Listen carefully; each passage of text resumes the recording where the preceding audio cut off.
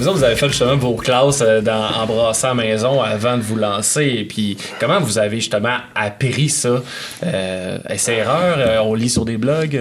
Ben, en fait, oui, au début, là, tout simplement, on s'amusait dans le sous-sol un peu. Mais après ça, on a fait affaire avec Michel Gauthier, qui est, selon nous, probablement un des pères... c'est le père de microbrasserie du Québec. Okay, là, c'est Michel, un génie total. J'espère qu'il va voir ça, parce qu'il va rougir. Il est super humble, mais... il n'y a pas besoin d'être humble. Bon, je le dis, là. Mais c'est quoi, en fait, il a parti des micros. Il a brassé plus que 20 ans pour la batte. Okay. Il faisait les recettes. Il a pas mal tout fait là-bas, là, au niveau du brassage. Puis après ça, il s'est parti en tant que consultant. Ouais. Okay. Fait qu'il a ouvert notre microbrasserie. Ah ouais. Il nous a on a fait des cours intensifs avec lui. Okay. Puis c'est notre mentor, là. Ouais, comme une petite histoire de lui quand même. Là, on a fait notre premier brassage. Nous autres, on a bâti notre système. Fait qu'on était à Hudson, on a bâti notre système de brassage. On a percé les trous dans les tanks, on a tout fait d'électricité, on a tout fait A à Z. Il n'y en a pas un autre système comme ça au monde. Non, c'est custom. Là. Fait que Michel, il est contre le mur, là, puis il boit nos bières homebrew dans ce temps-là, parce qu'on n'avait pas de produit encore. Puis il nous dit quoi faire. Là. Il nous dirige toute la journée. Là. C'est une longue journée, 14 heures. Là. Fait que là, on rentre le soir, puis à environ 23 heures, je reçois un courriel. C'est un PDF de 30 pages avec chacune étape de comment brasser avec notre système custom. Adapté pour vous autres, là. C'est pas une template, là. Ben non. J'ai pas pris de notes. Le gars, il est avec nous autres toute la journée, il prend une bière. Il boit de la bière toute la journée, là.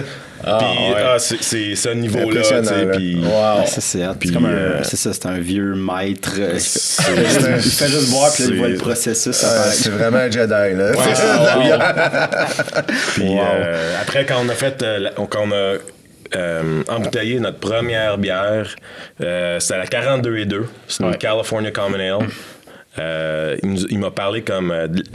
il a vraiment trippé, premièrement, parce qu'il n'y en a pas au Québec dans ce temps-là. Puis il m'a parlé de la viscosité de cette bière-là pendant 10 minutes. Puis moi, je pleurais. Là. C'est un long monologue sur la viscosité. Là, puis, OK.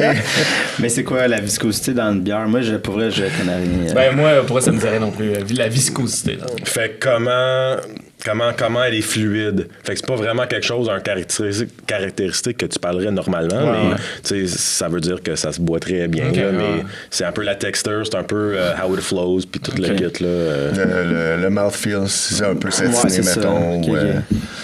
Okay. Donc, Ça, c'est un terme beer geek. Là. Là, ils l'ont entendu, ce terme-là, on va l'entendre. On peut le réutiliser. Ouais, ça va. Je veux votre bière visqueuse. J'avoue que c'est pas tant sexy du même. Hein? Tu sais, la visqueuse. Mais ça peut être un bon nom de bière. La visqueuse. C'est sûr qu'on est dans le temps du mucus pis tout ça. C'est comme, ça marcherait. Une bière d'hiver. Là. Après le temps des fêtes. Là. Fait que, c'est ça. Puis, fait que là, est arrivée la micro. Puis, je veux dire, vous aviez vos propres produits assez rapidement. Vous avez jamais été un taproom pour d'autres? Non, t'as toujours... Votre but, c'est vraiment sortir ce que vous aimez aussi. Exemple, que je me rappelle une conversation, on n'aime pas telle sorte de bière, on n'en fera pas si on l'aime pas. Hey, Max, t'es plus que beau, hein? Non, Max, pour vrai, c'est peurant. Moi, je me rappelle jamais de rien.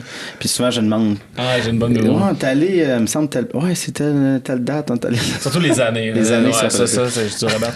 Mais avant tu sais, parce qu'on a parlé un peu, mais on a un peu passé par-dessus le côté homebrewing que vous avez fait chez vous, mais comme, tu sais, comment tu dis, bon, on fait ça, tu sais, c'est le fun. Il y a plein de monde qui en fait chez eux à Star, pour le fun avec des amis, mais de dire, OK, ben, ça va être ma job, tu sais.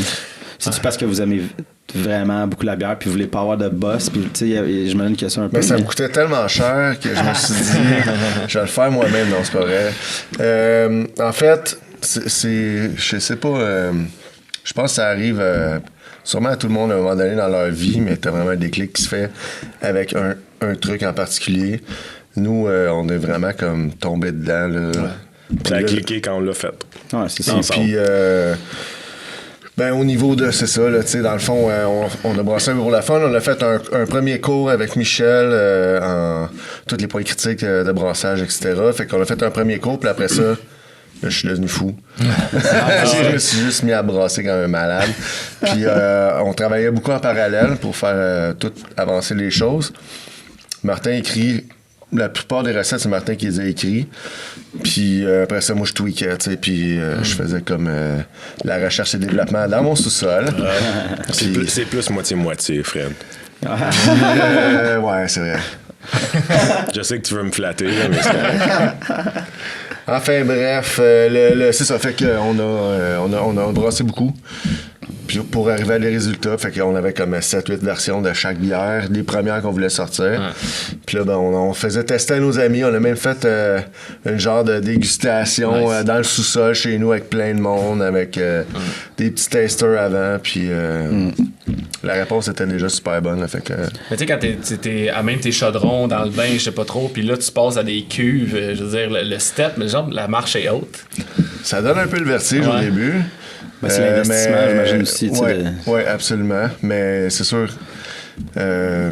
en te brasser, à un moment donné, tu te rends compte que c'est toute la même affaire. Que tu fasses 20 litres, que tu en fasses 200, 2000, 20 000. Tu multiplies. Comme si tu cuisinais pour toi et ta blonde ou c'est pour une grande tablée.